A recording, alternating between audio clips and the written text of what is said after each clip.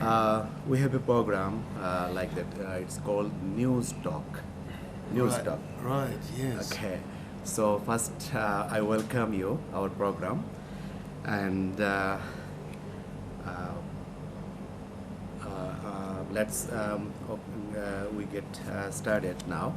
Yes. So, how is your trip to Sylhet, and what was the main purpose of this trip?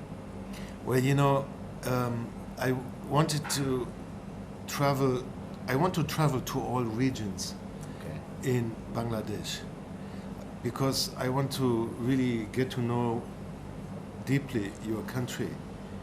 And I remember I had a meeting, I had several meetings with your prime minister, and in one meeting I asked her, what is where can I find the true Bangladesh?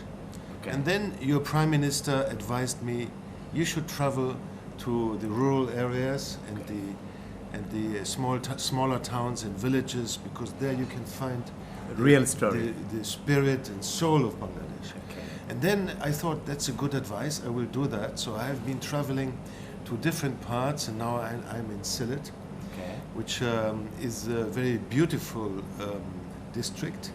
I met the deputy commissioner this morning, and he explained to Okay. me about the economic potential of Sylhet and the history of Sylhet.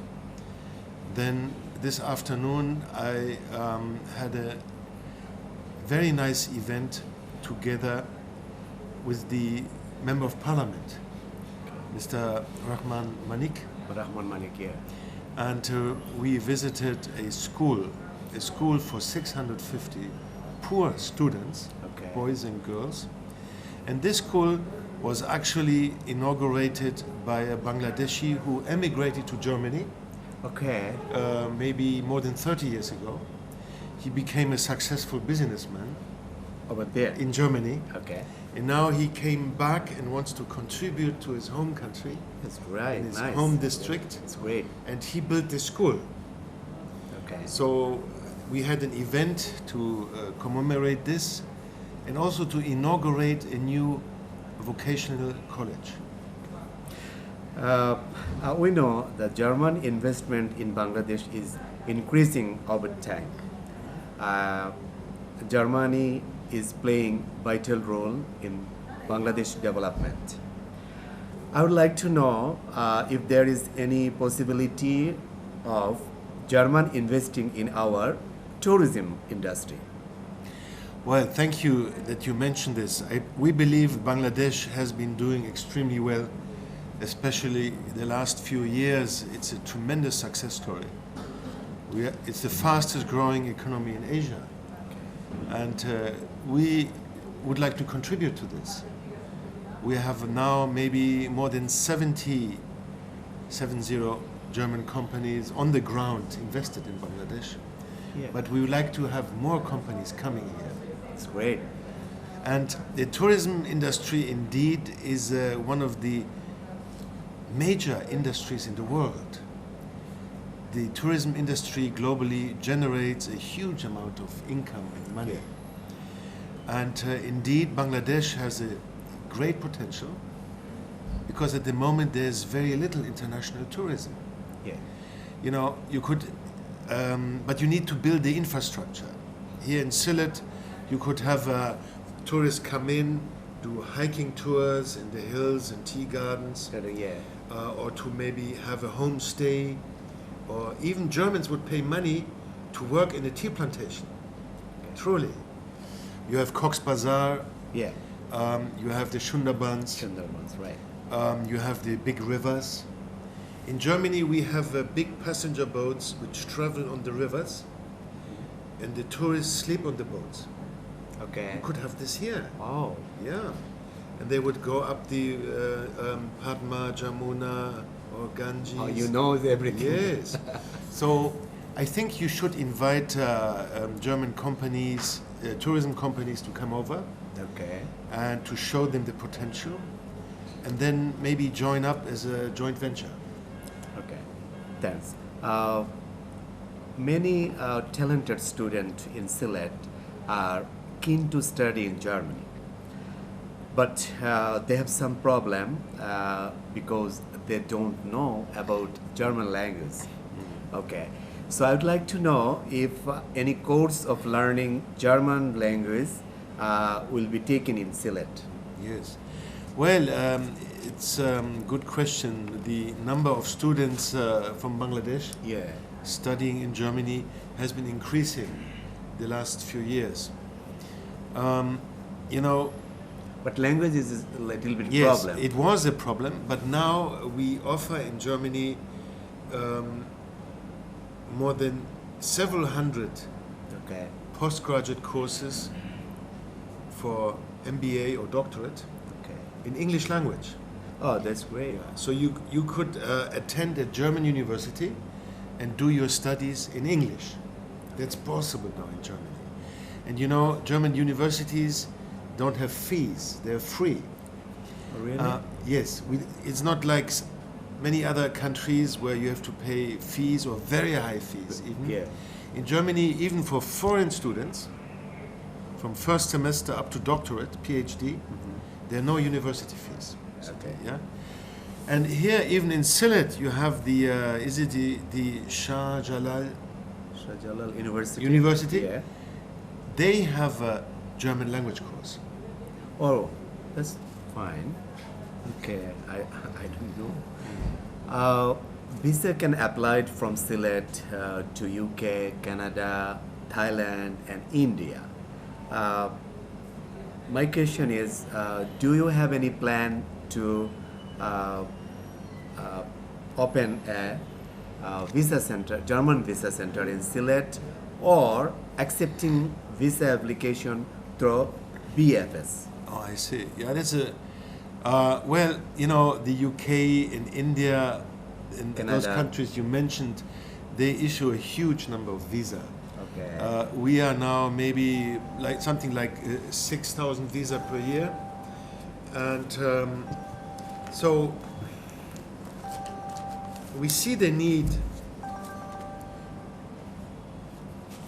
We see the need to accommodate larger numbers of visa seekers. So what we are planning to do next year is to open a visa office in Dhaka. Okay. VF8, BFS. DFS, yes. This is the first step. Up to now, you have to apply for visa in the German embassy only. But because the numbers are increasing and we don't want people to wait so long, we said we will make a contract with VFS, and we will open a visa center in Dhaka the first half of next year. This is the first step. Then we'll see maybe in the next 2-3 years how do the numbers develop. Is there a bigger demand? Then we could look at other visa centers. So we will go step by step. Okay, that's great. How do you see the development and progress of Bangladesh? Well, you know, I was very much positively surprised. I must admit, when I went to school, I learned about Bangladesh being a poor country with flooding and cyclones and famines. And then we learned about the terrible crimes committed in 1971 Yeah. and of course 1975 also.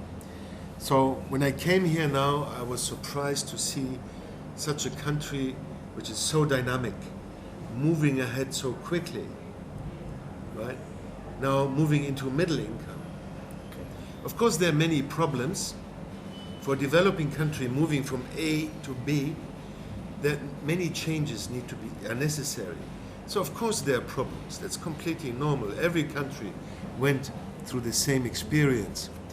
But I think Bangladesh has now the unique opportunity to achieve sustainable peace, security, and prosperity for all its people. It's a very, very special opportunity, and we in Germany would really like you to support you in this. Thank you. My last question is about Rohingya crisis. How is your government seeing this crisis, and what needs to be done to get rid of it? Well, we believe what was the crimes that were committed against the Rohingya Humanity. were really among the most terrible crimes ever committed, and there needs to be accountability for these crimes, for sure. So we are very happy that the International Court of Justice has opened proceedings. The International Criminal Court is opening proceedings. That there was an independent investigative mechanism on Myanmar, was mandated by the United Nations Human Rights Council to investigate this. So, but I can assure you that Germany is looking very hard at first how to help Bangladesh in dealing with this situation, humanitarian help for refugees, assistance for the host communities affected. And secondly, we are looking at a sustainable solution, which has to be that most of these Rohingya people go back to their home.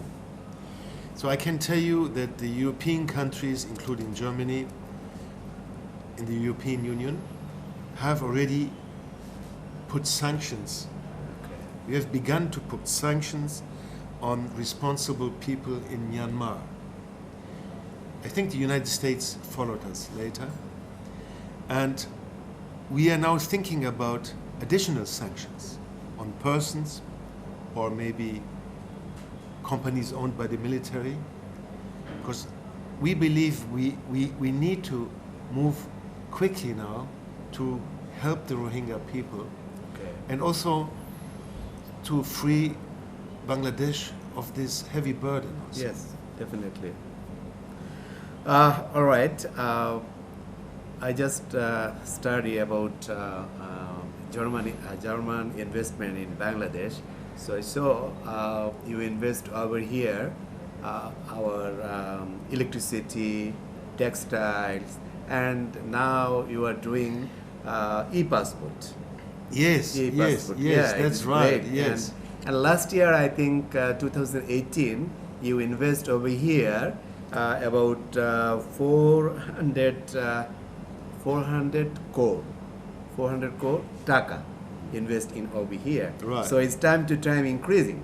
Oh So- yes, we want to increase because your Yeah. economy is growing so quickly, and the first passport will be issued now in December. Yeah, December. Very soon. Yeah, 28. Very soon. Our foreign Yes, minister. the first passport, and then we start small because we have to test and train people. Okay. So we start with a few stations, and then we will increase quickly to a fully fledged service for everybody. This will be the most modern passport in the world. Okay. Most modern. And then Siemens has been here for 62 years. Siemens. Okay. They've been building electricity, power lines. Power line, yeah. They have medical care. Siemens has been a partner for Bangladesh even before independence. Okay. It's one of the best the companies which has been longest working in Bangladesh. And the waste management. I think you are doing something in our country like waste management. That's right, yes. Yeah. I think that's an important issue. Waste management is something that needs to be done urgently. And we must remember that waste can also be a resource. Yeah, it's recycling. You can recycle it, you Yeah. can make money with it. There are many things you can do with it. And I hope that we will have a much better cooperation on this issue. Okay. So thank you, sir. Thank you. Thank you. It was for my your pleasure. interview. Thank you very Yeah. much. And you give us time. That's right.